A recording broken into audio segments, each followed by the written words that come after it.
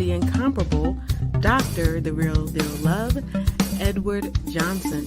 Sit back and relax while we give you advice and tips on business matters and matters of the heart for busy executives.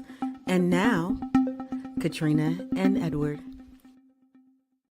Hello, hello, hello. This is Katrina Brittingham, your business consultant and your navigator on your road to success. And we have Dr. The Real Deal Love. Hello. We are back. And I was thinking about some topics to get you through the last quarter of the year and thinking about the new year, putting some things in place. And I thought That's about good. one of the biggest topics out there. And I'm not sure how far we'll get in this show, but again, we hmm will do series if we need to. So these are the 21 ways that you can automate your small business. Okay. This Okay. is important and it does help. Yes, you have some automation or AI or whatever that is taking jobs. That's a real deal thing. hmm But for many small businesses, you might have a solopreneur who does not have all of those employees. And automation may help. And if you do have an employees, it will help make their job and processes a little bit smoother. Okay. So that being said, we all know the surest sign of a small business is the fact that you are the wearer of many hats. Whether you're a solopreneur, whether you are a small business owner, whether you're an employee under that business because it's less employees, oftentimes you are wearing multiple hats. hmm All right. So the problem with wearing multiple hats on a job is that your responsibilities do not get your undivided attention, meaning you're not focused just on one thing. And I know the corporate people are going to say to me, I multitask all the time. I wear multiple hats too. Yes, that is true. So it doesn't matter if you're a large organization or not. Nine times out of 10, in this day and age, you're wearing multiple hats. hmm Um, there is something to be said about multitasking. But for a lot of time you are losing hours out of the day by jumping from things to thing to thing. Okay. And it does tend to take you longer to get things done because you stop this to go over here to do this. Now, it doesn't mean that if you have a block in your work, which means maybe you're waiting for an answer for someone else or some type of technical solution, that's not the same as you're just doing multiple things or you're being pulled, your attention is being pulled somewhere else. Okay. So I just want to clarify that because you can do one thing like, all right, that's the farthest I can go with that right now, and you move on to something else. In that time, that thing had your undivided attention. Okay. So this situation normally has one of two outcomes. Either you and your colleagues work all the time. That means longer hours than you should. We're talking about 80 plus hour weeks, which, when you think about it, most is a 40-hour day. That's double that.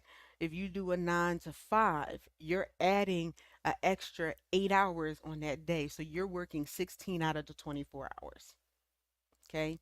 And you have some people who put in those amount of hours.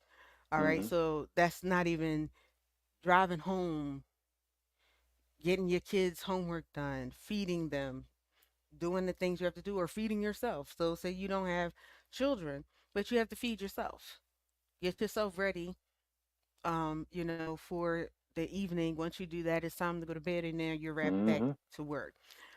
So, this can have you running behind, but it'll also have you running low on fuel.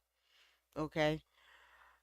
Furthermore, without a standardized process in which automation provides for you, um, for your key business tasks, some of the details or steps that you have could be skipped, overlooked, repeated when you don't have to repeat them, or abandoned before you complete it.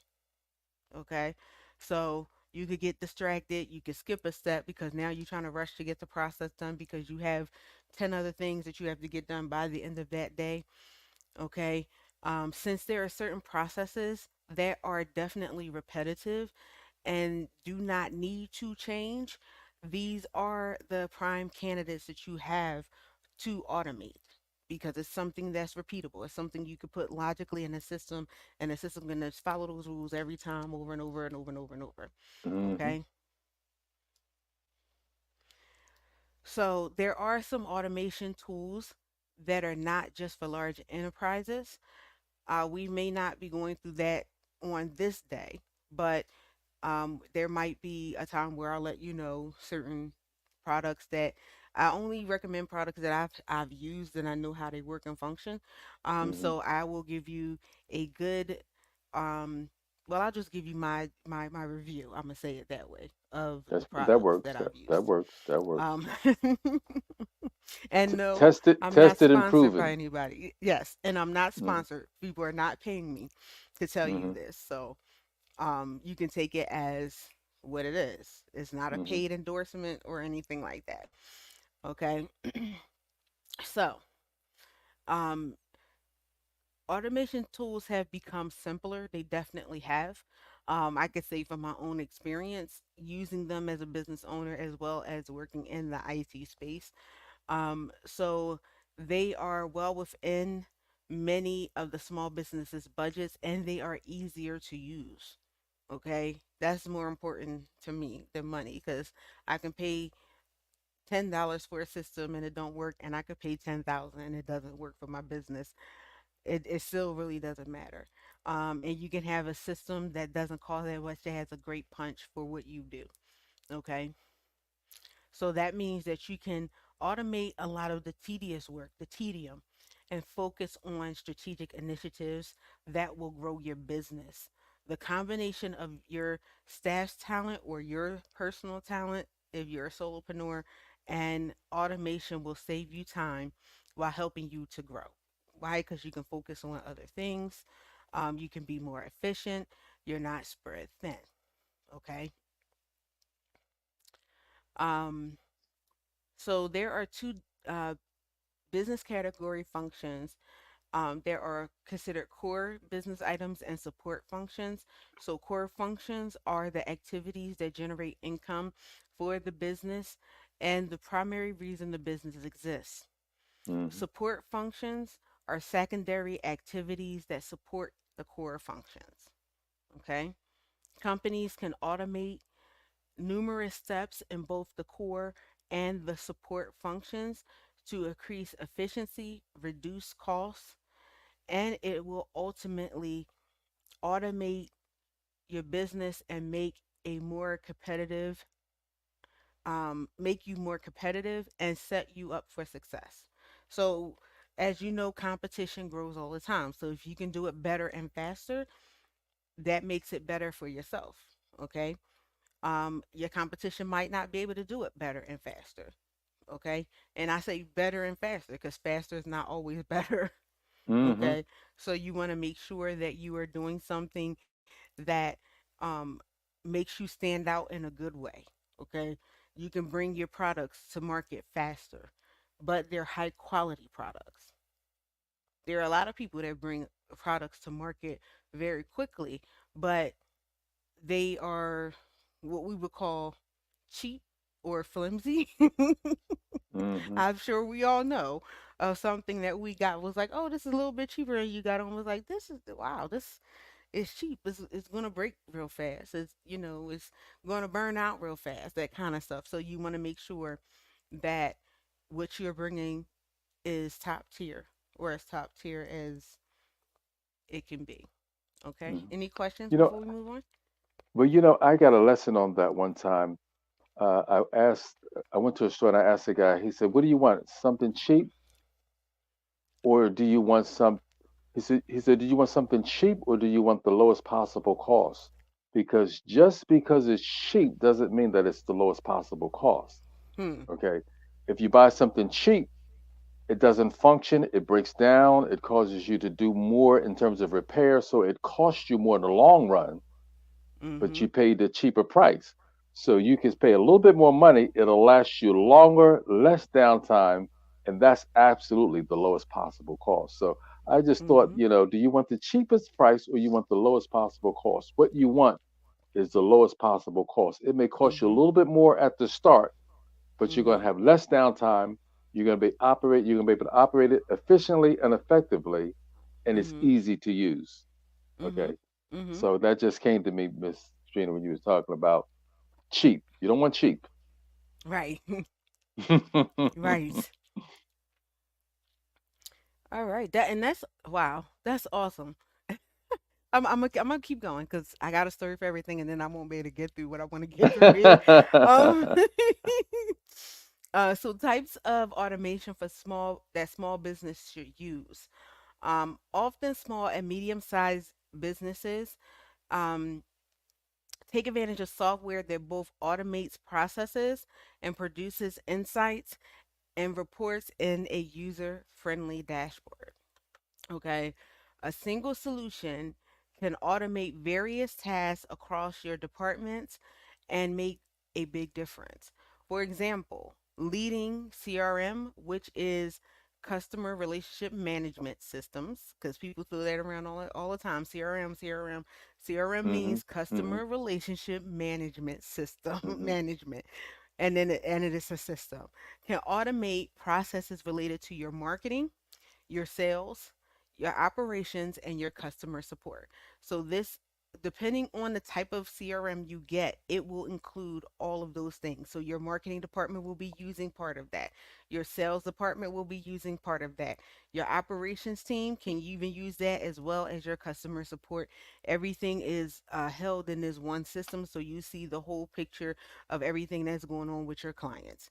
Um, so that is a big help. Okay. There are many types of automation for small business, and there are some that you can and you should use. They typically fall in one of the three broad categories: marketing, operations, and sales. Okay, and I say that because I know I said more up in the top. Basically, operations will house your customer support area. Okay, so I'm surprised that that was broken out earlier, but you can say customer support because people think about that differently. Under the operations department, you will have the people doing the regular work. Okay, so um, that is if like you make widgets, they're the widget makers. Okay. They're doing Mhm. a certain amount of widgets during the day, getting the widgets shipped out and all of that stuff. That's your operations area. Your customer support, of course, is if 9 times out of 10, customer support is there to support, answer questions. But most of the time, people call when they have a complaint. Let's be real about it. Mhm. If what you have is working well, you won't When even there's a think problem, you don't about hear from them. That's right. you won't think about customer service. But as soon as that thing isn't working right, you will hear, I'm gonna call customer service. Mhm. And earlier in my career, I was in customer service and I would get, and I say, dang, I like most of these calls, like, can I have a good call? Where somebody just like, can Mhm. you answer my question about this, instead of y'all suck. And Mhm. it's never y'all, it's you. Like, That's right. That's right. like I'm I just couldn't trying to get answer through. a I've, phone I've, I've call. been on hold for an hour now. It hasn't been an hour, but It might have that's what been for people some of say. them. It Hmm. might have been for some of them, and I had to talk to that daggone computer. But when I first started customer service, they did not have the automated customer service rep that you have to go through first before you get a person. So you're sitting here, Yes. person. I want to speak to a person. I want to speak to a person. Um. Yeah. That does Whew. save you, doesn't it? For them to have the automation checkpoints to go through before they actually get to you. It slows your intake down. Well, the way they see it, and it does work for certain circumstances. Hmm. The easy questions they can't answer, but if your question is not an easy answer, it kind of frustrates you more because there's just no way to just go straight to the rep. When Hmm. you have something more complex and you know those That's little right. things that they're going to ask you, that's like, oh, well, you can do this or you can go online. If I could do all of that, I tried all of that, it doesn't work. That's why I'm You're calling. right. You said the key Um, word complex. More a more yes. complex question. That's right. And unfortunately I'm spoiled because I work customer service, so I try to solution things, and everything like that before I call. So to me it's like, okay, you're wasting my time. I did that, I went online, I went to see what online said, I read read the help Hmm. thing. I just need to speak to somebody. Yeah. So that Yeah. makes me a Well, little you're more different. frustrated You're because I different. A do it. lot of people haven't gone through all that, Miss Katrina. And that's where the automated system might stop them before they get to a rep and they have their answer. So automation is good. Hmm. It is. It brings out, it separates out the 98% who did not do all of those other things. But for the 2% of Hmm. myself that has, just going through that menu because you can't seem to skip past it until it gets through all of it. So Hmm. That's right. You've got to be patient. yeah. Yeah. Some things I'm very patient on, some things I'm not. I I understand. have to admit that. Um, wow, and we are already almost there, but we're going to go through um just some types of automation. I think we're going to do marketing. Start with that, and then we're going to pick up with the other ones. We haven't even gotten through the numbers yet. So, Okay. this one is a big one, and I knew it would be. So, marketing automation has been around for a while. It has, and has become extremely popular. While you may not have sent out email blasts through a marketing campaign for automation, you've likely received such messages before. Yes. Marketing automation is a powerful tool for small business because it coordinates marketing messages and delivers them across many channels on a set schedule. So you can plan these things out, put those things in there, so you're not there every day sending out stuff. You can schedule by the week, the month. If you have something that you know is coming up, like the holidays are coming up, you can pre-plan out the marketing message, or at least um, have something drafted and in draft form. And when you get to that certain point, where you're like in the last quarter and say you're planning for Christmas and Thanksgiving, you can already have that programmed in so it goes out during that time. You can get ahead on marketing for sales that you have coming up, and everything like that, and providing like coupons. So you can prepare for that and have that in your CRM system.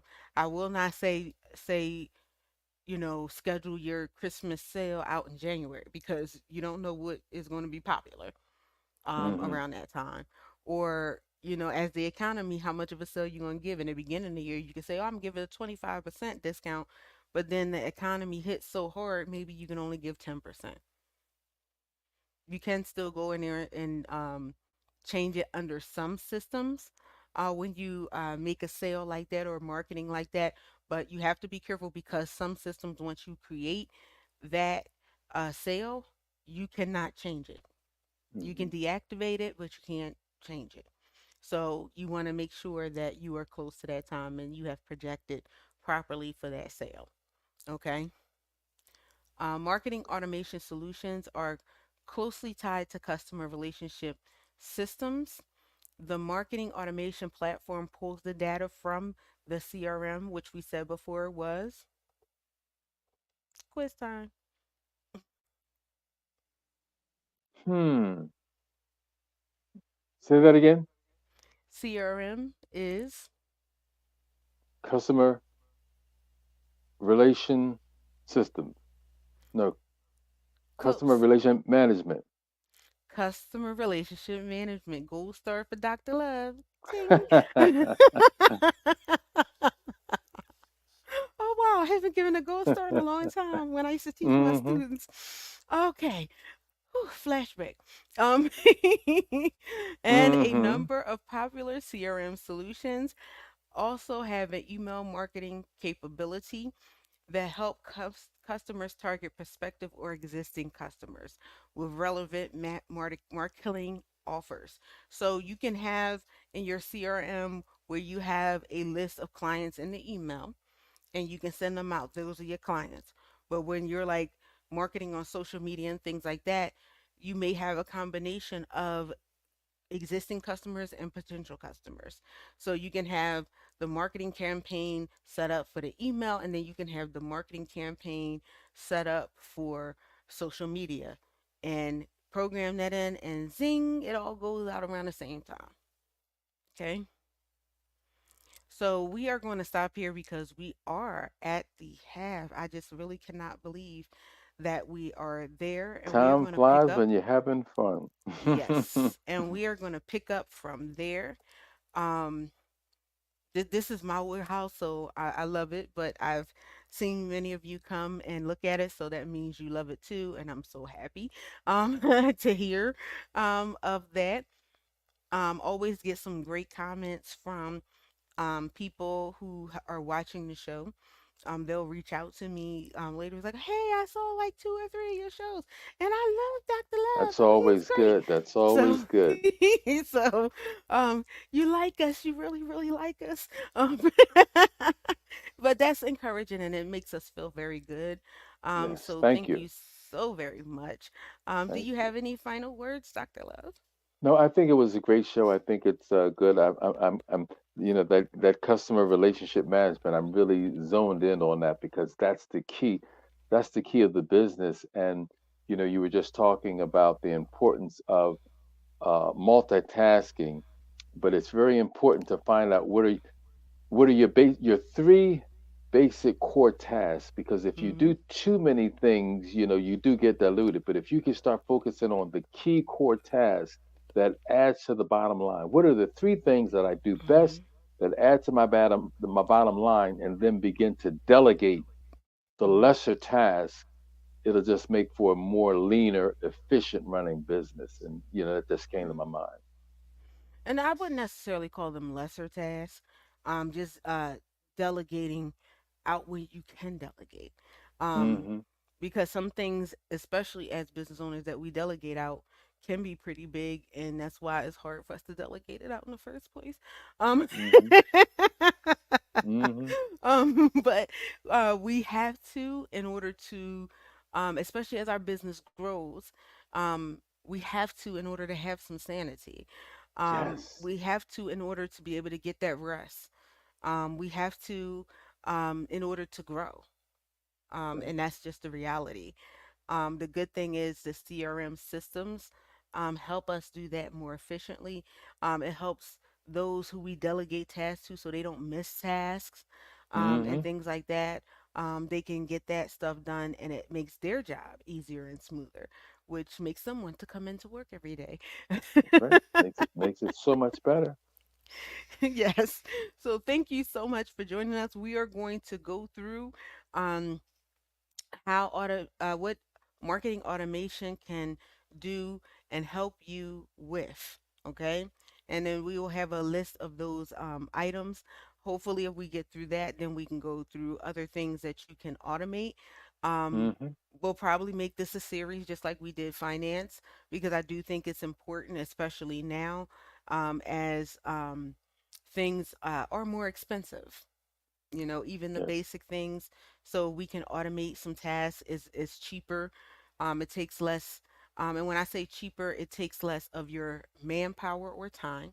It takes Hmm. less money um, to do that, and it's faster. You can bring things to market faster, which will help you to bring in money faster. So when I say having something cheaper, or value, is not just money.